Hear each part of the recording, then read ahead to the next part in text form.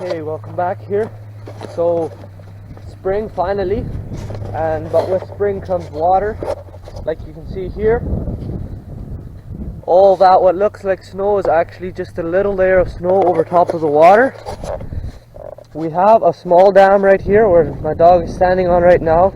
It's a small dam, but the water is almost coming over the dam, and when that happens it gets to the house and flows into the basement. So what we are going to do right now is we are going to go to Arborg, the town close by here. I think it's at the fire station where they've got the sandbags and sand and stuff.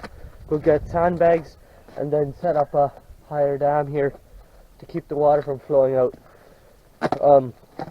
I just got a drone, a DJI Mini SE with Cameron together, so I'm gonna put a video on here later where you can see how much water is everywhere.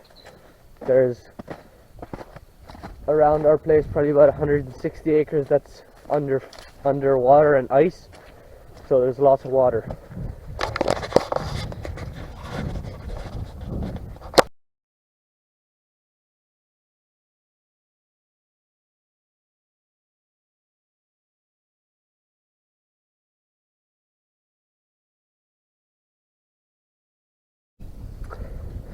This ditch right here is our biggest problem. This is a huge drain, a main drain that drains many square miles around here and takes it to the lake. And this drain is plugged. Out there by that tree close to the road, or by that bush close to the road, are actually two huge culverts, but those culverts are still plugged and it can't get through here, and it must be blocked at more places because further down it's backing up and making it flow into our land. So we're gonna go get the bags now. So here we've got the sandbags. I don't think we're gonna use them all. No, we're not gonna use them all. We're gonna take about 250 sandbags and then we're gonna load them. So see how fast I can do it. Wow, that was easy. Wish they always jumped on like that. So we got this wall set up, but good way if you're wondering how to sandbag to block a flood. Many of you know this, but if there's someone who doesn't, what you do is you get some plastic like we did here, thin plastic, put it under the first layer, and then wrap it over, build your wall, and then wrap it over, and then just peg it down with a few blocks. There's no water getting through that wall. It's gonna have to get high enough to get her out on the end if it's gonna get to that side. But yeah, we're done here now. Lots of water, it's still coming, and so me and Jaron are gonna go help our worker.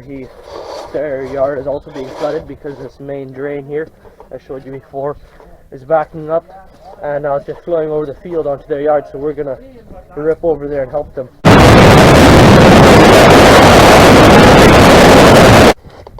Okay, so we just finished sandbagging here.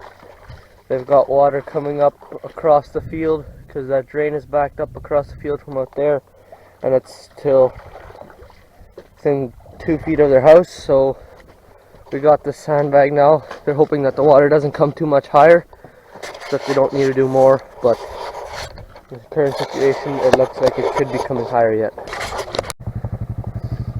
So right there where that snow is, that is where the ditch, the middle of the ditch is.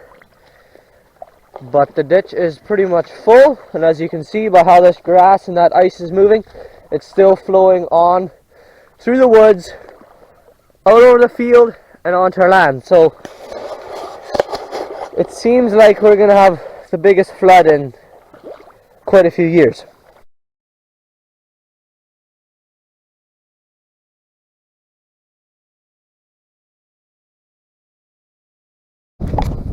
So the flood is still not receding.